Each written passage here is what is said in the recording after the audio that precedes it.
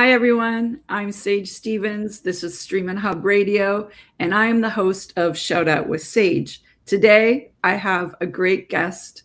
He is big in the reality TV domain. I'm sure you have watched one of the shows that he has been behind. And today we have Rob Worsoff. Hi, Rob. How are you? Hi, Sage. How you doing? I'm good. How are you? I'm good.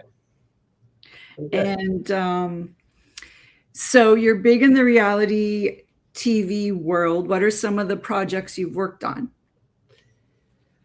Well, or you don't like talking about yourself? No, I like talking about them. Probably 35 to 40 shows, mostly failures. In the reality television world, most of them are failures, but some of the big ones. Okay, why are they failures? Why are they failures? Because I think a lot of the unscripted world, I think a lot of every part of the television world is networks playing roulette, right? They greenlight a lot of shows and then they pray that some hit and most don't and some do.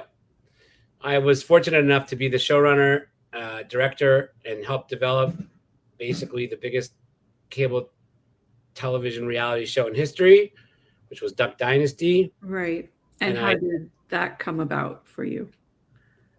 Well, I was working at a place called Gurney Productions with Scott and Deirdre Gurney, and I had done a show for them called Auction Hunters. Okay, which yes. was a relatively successful show. I think it went for like 185 episodes, and then I did a pilot for them, which was about body painting in Vegas, which eventually became Naked Vegas, which was also a show that ran on the Travel Channel. So I had gone 2 for 2. And I think in 2010, I was the only guy at Gurney Productions that had a beard. So they were trying to develop Duck, and Scott pulled me into his office and showed me a sizzle reel he had cut together, and I loved it. So then I went to go pick up Willie Robertson and his wife Corey at LAX because we were going to have a dinner and discuss it at BOA in Santa Monica. Okay. And when I walked off the plane and picked up Willie and Corey, the first thing he said to me, he looked at me and he said, "You call that a beard?" And it wasn't quite big enough. Yeah, it was just like this, but he had a big, Louisiana beard. We went for dinner, we hit it off, and then we made the show. And that's quite an interesting story. How he didn't exactly wasn't that impressed with you. How do you get talent at the beginning? Like, is it sort of like dating? Like they have to like you and you have to like them, or how do you get the talent for your shows? I think that's a great analogy. Actually, I think everything in television is like dating. I think when you go to, when you go pitch a show, it's the same. And when in terms of like relating to talent, I guess, I think it's different on every show. I don't think there's any rules. Okay. Sometimes I've gotten along great with the talent. Sometimes they're very, very difficult. Sometimes that makes them great reality television characters, by the way. Sometimes that conflict, Yeah. Patty Stanger from the Millionaire Matchmaker was very difficult, but she was also very good. So yeah, I've met her. I've worked some red carpets with her. So yeah, and if you took away her ability to be that in real life, then you probably take away her ability to be that good on camera, right? Right. In the case of Duck Dynasty, I think I've done a lot of shows in the South, and I think they think that when they have a preconceived idea of Hollywood and that Hollywood's coming. They think Hollywood looks a certain way, and then when I show up and I have a beard and share a beer with them, right? Maybe I may be geared for more specific talent than others. I'm not sure. Okay, yeah, like they feel they can relate to you. Is that what you're saying? I hope so. Yeah, that's the goal. And what other shows have you worked on? What other shows? My big ones are Biggest Loser, Duck Dynasty, Millionaire Matchmaker, Dating Naked. I did a stint on Growing Up Hip Hop. I did a spin-off of Married at First Sight. Last year, I directed a show for Amazon about the Toronto Maple Leafs. Okay, awesome. Being Canadian, that you are. I wanna. That's right, Canadian represent. Well, I see the Canadians behind you. Yeah, that's funny. It's funny actually because I'm a huge fan of the Montreal Canadiens, but they sent me to do a docuseries about the Toronto Maple Leafs, which of course, Yeah, that's a little conflict of interest, is it not? Yeah. I have this thing called cansplaining, which is like mansplaining, but it's when Canadians explain things to Americans. Right. Well, I've grew up in Canada as well, so I understand a few things, even though I've been gone a very long time. So Oh, there you go. Where did you grow up in Canada? I was in Toronto, mostly Montreal, Vancouver, but I was a figure skater growing up. So I remember not liking the hockey players, because there's always this animosity, I think, between hockey players and figure skaters. Because when you're sharing the ice, the figure skaters, we have our pick and and then they have to come out with a Zamboni and take all our pick marks and drag marks away. So it's nice and smooth for the hockey players. So they, nice smooth ice and just, I don't know, there's always this competition I felt between figure skaters and hockey players. Are you saying that the figure skaters like the nicked up ice? No, I'm saying that the figure skaters create the nicked up ice. And so when the hockey players come on to practice or play, they just are always, I don't know, it's always like this battle because we mess up the ice for them because it's not smooth. Don't forget, some of the best hockey players that ever lived started out as figure skaters. That is true. Actually, I have brothers and they figure skated and played hockey. So yes, Right. Steve Yzerman, I think, started as a figure skater when he was a kid. Don't quote me on that, but I think so. Okay. So yes. Well, because you learn, finesse and agility, like not just, skating down the ice and hitting people. Sage, were you born in Canada? Yeah. Mm-hmm. Where? Toronto. Oh, no way. Yes. I didn't know that. Yes. I think we talked about that a long time ago, but it was probably at some event or some party or something where we had a few drinks and maybe didn't remember. Tracks. Certainly possible. Certainly possible. So what are you working on currently? That I'm not allowed to talk about, but I'm working on a Okay. I'm working on a pilot that I'm shooting in Mexico at the end of August. Hmm. And it's sort of a development deal, and we'll see if it goes. And how does that work? Like, how long does it take you? Like, how do you come up with your ideas? Where do the ideas come from? And then when you do get something that you think is worthwhile, sort of what does that timeline look like? That's a good question. I think for me, the pilot that I'm doing in Mexico, I was hired as a showrunner, so it's not my idea. Okay. I've been hired to sort of direct and showrun this pilot, so it's a work for hire. I do have another series of my own in development and one of the streamers. That's all I can say. It's a dating format. Mm-hmm. And that one, if I can give my 2 minutes on this, there's no such thing as reality television from the perspective of the people who make it. Because if you think about Duck Dynasty or the Kardashians, Mm-hmm. those are sitcoms that are relatively scripted. Right. Think about The Bachelor. That's a game show, Okay. right? It's like a formatted or Big Brother. Those are game shows. Then if you think about Ice Road Truckers or Deadliest Catch, people die on those shows. Right. So there's nothing scripted about Deadliest Catch. I mean, these are like fishermen flying off the side of a boat trying to get Alaskan king crab. And yet they're all called reality shows. Right. And that doesn't really make sense because, again, one's scripted, one's a dating show, one's a game show, and one's a... Yeah, just like the modern versions of real. those. Yeah. Right. So in my case, I think to answer your question, it's like when you get an inspiration for an idea. Well, if it's a docuseries, it's because you found a great piece of talent. Like, oh my God, this family of people are actually aliens, and I just signed them to an exclusive docuseries. And now you run to the network and go, I just signed aliens, and chances are the network's going to want to buy a reality show about aliens. I haven't found that yet, by the way, but I'm looking for it. So that would be one way to have an idea, which is, I mean, the most unscripted series start with attached talent. Okay. Either something that somebody's doing that is so absolutely outside the normal bounds of what you've ever seen before, that they're so interesting that it has to be on television, or somehow they're a celebrity that's big enough that anybody cares. In the case of formats, you don't have to have that, right? So for my dating format, I think I just came up with a hook that was different enough that the networks hadn't heard, and they were like, okay, let's try it. You know, I don't know that there's a rule. Most of my ideas come from being in the shower. I actually read that there was some writer I was reading about, and most of their ideas would come when they were like, in the shower or driving or something. Yeah.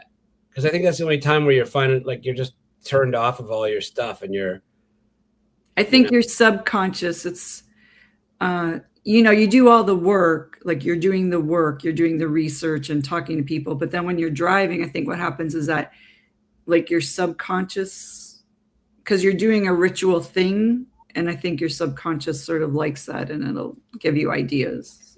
I don't know, because I drive, and I've gotten some great ideas that way as well. So I agree. I think you almost have to. I think you're right. You almost have to turn off your brain a little bit to let that stuff bubble to the surface. Yeah, exactly. Yes. Yeah. My acting teacher, when I was in a conservatory, that's how they described it. They're like, you do the work, you do the homework, be prepared. And then when you go up there, you have to just let all that go and let your subconscious sort of, or, just trust that you've done the work, and it will come to you. So I think writing sometimes is the same thing. You've sat there at the computer for a while, but those ideas, I think, need to percolate a little. Do they not? I don't know if you agree or not. No, totally. I have a writing partner, and we've been writing a scripted series, and sometimes we're like on for 4 days in a row, and then for whatever reason we can't. He has a gig, I have a gig, and we don't reconvene for about a week, and I can be lying in bed like 4 days later and be like, wait a second, that doesn't make any sense. And I don't think if we were still in the zone that I would have been able to step back. Yeah, you have to. I think not doing stuff is as important to the creative process as doing stuff. Right. Although showering counts as doing something. It's sort of driving, I guess. Yes. It's something unconscious, I guess, is what I mean. Yeah, it's a ritual thing that you sort of know. You know what you're doing, but you're not thinking too much about it. Yeah. I guess. I don't know. I'm sure someone has a theory on this. So for those people that don't know, can you explain to us exactly what is a showrunner and what does a showrunner do? Yeah, the showrunner is sort of like the CEO of a very small temporary corporation. So what's funny about, just to backpedal for a second, you asked me, like, what's the process from the time that you like come up with an idea in the shower to the time that it's on the air? It's probably like 18 months, but most of it does not make the air ever. But if you're lucky and it makes it all the way through, what's weird about it is, the first month you might be casting, doing Skype interviews with people, just like this kind of. Yeah. And then the next month you might be pitching or planning or trying to get the money together or dealing, the next month you might be dealing with a legal issue, like getting people signed to a deal memo or a contract. Then you go in month 4 and you shoot like a pilot or a sizzle or a presentation. And then in month 5, the network is deciding, you're editing in month 5, and month 6, they're deliberating. In month 7, you're, legalizing the terms of things. You're in pre-production in month 8. You're in shooting in the show in month 9, editing, post, deliverables, media stuff. By the time you're done, every 18 months has been like a different job. Okay. Like sometimes my job is literally sitting in an edit bay with an editor for months on end. Sometimes my job is literally standing in the middle of the desert in 100-degree weather, trying not to die while we're shooting something. Most of the time, my life is sitting in my office writing outlines. Okay. So I think it's always different, but the general job of a showrunner is everything. You have to make sure, there's kind of three streams. There's the creative stream. I don't know how to turn that off on my computer. There's the creative stream, there's the sort of logistics stream, and then there's the financial stream. So logistics might mean everything from making sure that there's call sheets and a schedule and vans and lunches and somebody to collect receipts and to run it against a budget, to create a budget, to create a calendar. That's one. Creatively, you're writing outlines, you're trying to make sure you're liaising with the network, you're trying to make sure that it's in line with how they see it, and then you're going and getting those beats. You're actually going and shooting it with the camera guy, with an audio guy, with lighting, whatever. And then sometimes it's post calendars, dealing with editors, figuring out how that workflow is going to work. Okay. Generally, networks give you like a list of 100 deliverables that says we need this version, that version, this cut down. And so I think the job of a showrunner is to just try to spin all those plates and make sure that you're on top of any one of those things so that nothing falls through the cracks, or else you screwed up. And can a showrunner get fired? Oh, yeah. Okay. Showrunner has a massive target on his back or her back. Right. The issue is that, like, a lot of times in TV, in movies, generally, when somebody's an executive producer, it just means that they had something to do with the deal. They put up the money, or they, in TV, there's a bunch of executive producers, but one of them is the showrunner. And that showrunner does have a target. It's like being the head chef at a kitchen. You have to make sure that every salad and every fork and every soup and every steak is being dealt with. And when things if you do it right, nobody notices. Right, exactly. And if you do it wrong, anything goes wrong and people come ask questions. If those happen enough, they replace the showrunner. Right. How did you end up into all this? How did you end up in TV and in reality, I guess? How did you end up all in this industry? I went to Syracuse University to be a sports broadcaster. Okay. I graduated in 99, and I got a job as the weekend sports anchor at the NBC affiliate in the Redwood Forest. And I was driving out from New York to LA. I got to Utah, and there was a message on the machine back home. I didn't have a cell phone, by the way. And it was the Howard Stern people. Oh, wow. And they offered me a job as a production assistant at E! Okay. And I was standing in Utah, and I was like, well, literally, there was like a point at which it split off from like the 15 to the 10 or something. Not the 15 to the 10, but don't quote me on that. But whichever it is. One was continuing on the 10 or the 15, and one of them was went up north.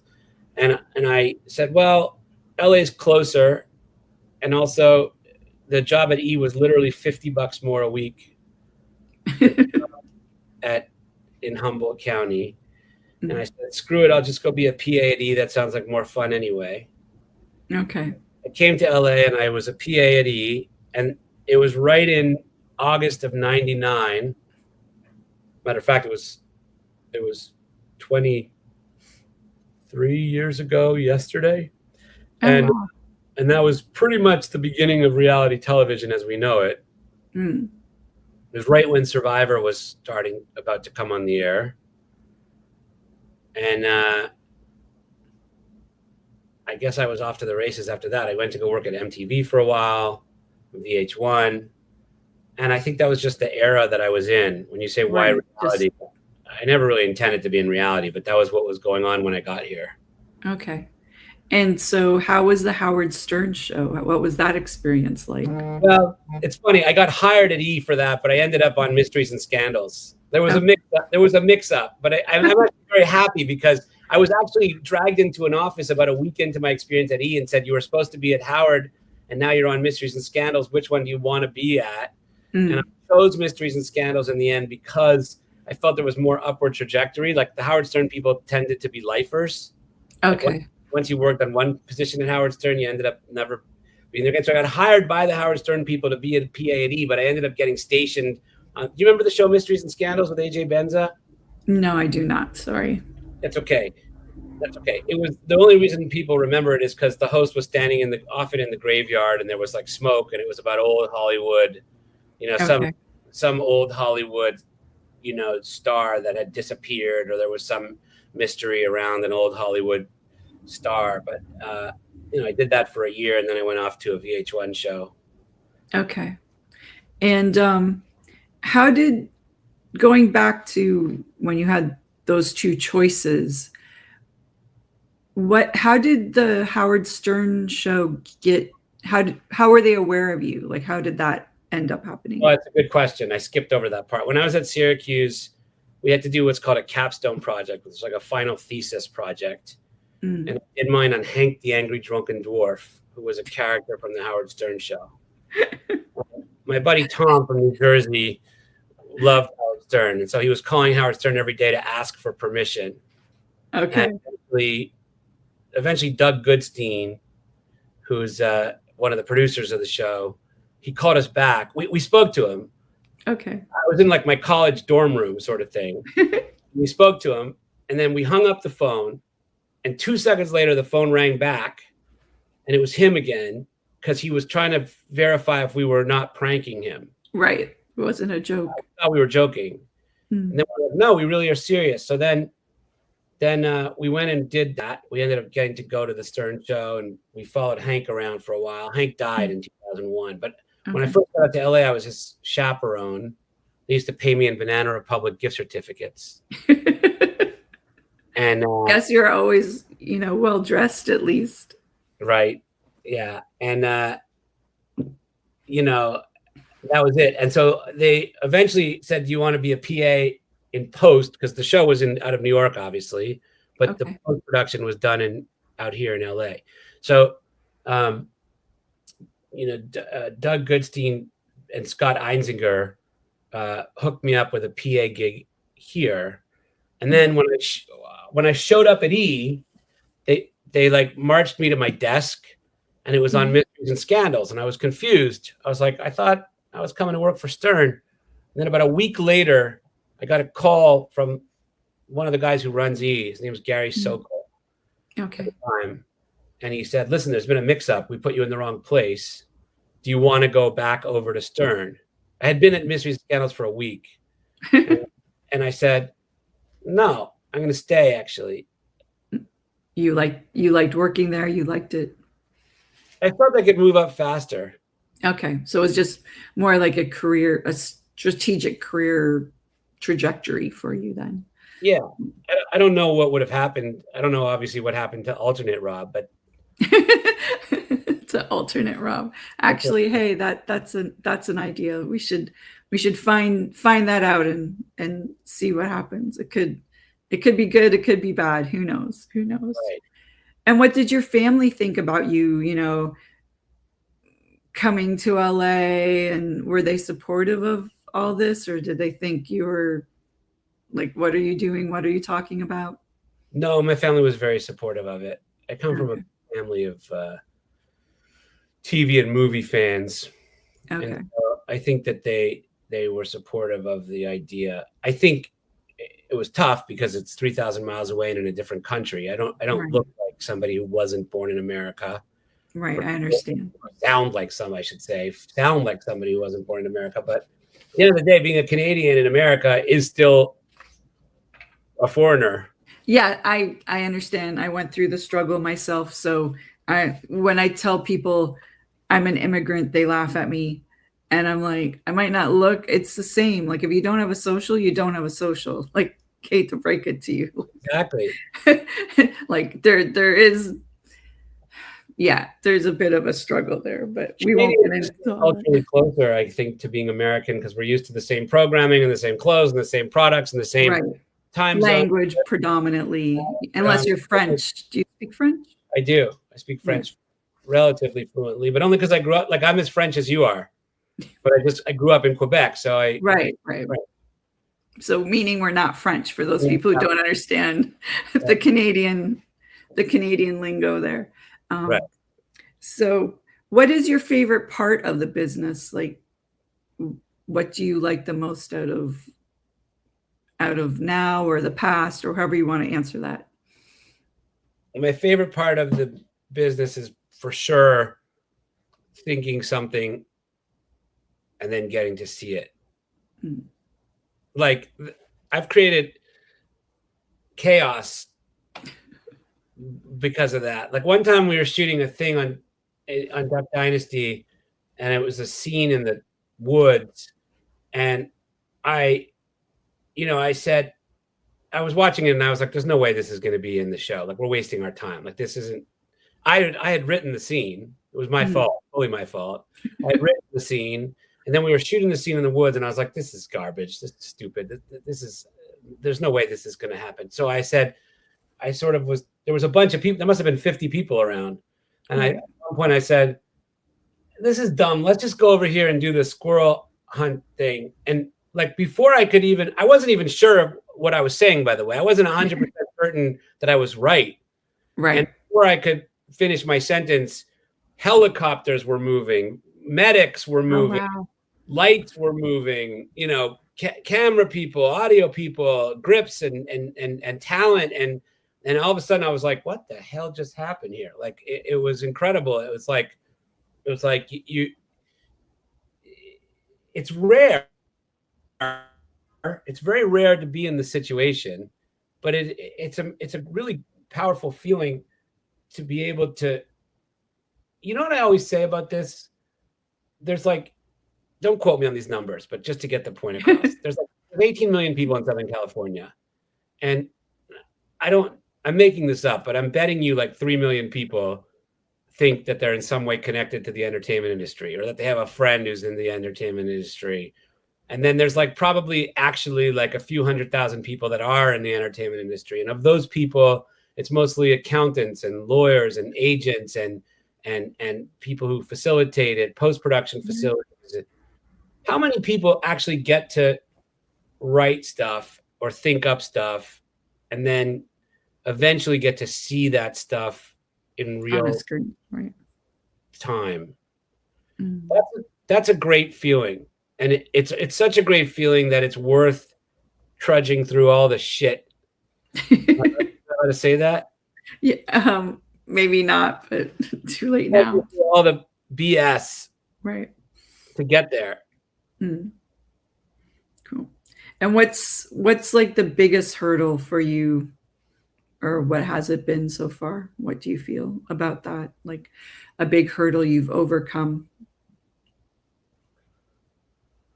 Besides not knowing, I think if you grow up here, you have a big advantage. But I think, obviously the industry is changing a lot, and it's dangerous territory, because I think the biggest problem with 2022 is absolutely everybody is cultivating their victim story. Can you? Yeah. Every single person I know in some way is saying, well, it's harder for women. It's harder for LGBTQ. That's what you meant. Okay. Got you. People of color. It's harder for white guys. It's harder for people getting older. It's harder. Every single person counts themselves, whether they're male, female, black, white, straight, gay. Everybody is in some way right now feeling like, oh, the deck is stacked against me somehow. And so it's easy for me to say, what's the things that I've overcome? I think our industry is changing a lot, probably for the better. I think it's a good thing that it's happening, but I think in the ever-changing climate, I'm getting older, and there's less. I'm sure the majority of people who work in our industry are still straight white dudes. I'm happy to admit that, but that's becoming more and more frowned upon. So I feel that a little bit. And I guess the answer to your question would be surviving and continuing to be able to sell stuff and create stuff and keep going. I think the answer is to keep going. Just to keep going. Awesome. Yeah. And would you like to give a shout out to anyone today, since this is Shout Out with Sage? Has there been anyone instrumental or pivotal to you so in your career so far? Well, I think a million people. Right. I think all those little people along the way that helped and continue to help me. I mean, I got a series of small breaks. Like there's never any one big thing, but like Doug Right. from each of the step leading to the next, right? Yeah. My buddy Bill hired me early on when he had no business doing that. And he was instrumental in getting me on to Breaking Bonaducci, which ultimately got me to Biggest Loser and ultimately got me an agent. And you know, I think I don't think there's any one big person I can point to, but there's certainly hundreds of people along the way. Right? Yeah. I don't know if I've made any sense here today. Have I? Yes. You gave us a lot of really, really interesting stuff and stuff I didn't know about the reality world, even though I've worked on a few little things behind the scenes production wise. So I sort of know, but obviously not as much as you, or as much as, as much as you. And I'm sure a lot of other people know even less than me. So yeah, thank you. Thank you for sharing your story and for being here. How do people find you? Do you have Instagram, or do you care about that stuff? Or Yes, I have Instagram and I have Twitter, both my name, Rob Worsoff, at either one of them. That's actually my Facebook as well. But yeah. Okay, cool. Well, thanks so much for joining us today on Stream and Hub Radio on Shout Out with Sage. So thanks, Rob. This is so much fun. Thank you very much. Oh, thanks. I'm glad you had a good time. Thanks. Have a good one. Okay. Bye. Thanks. Bye.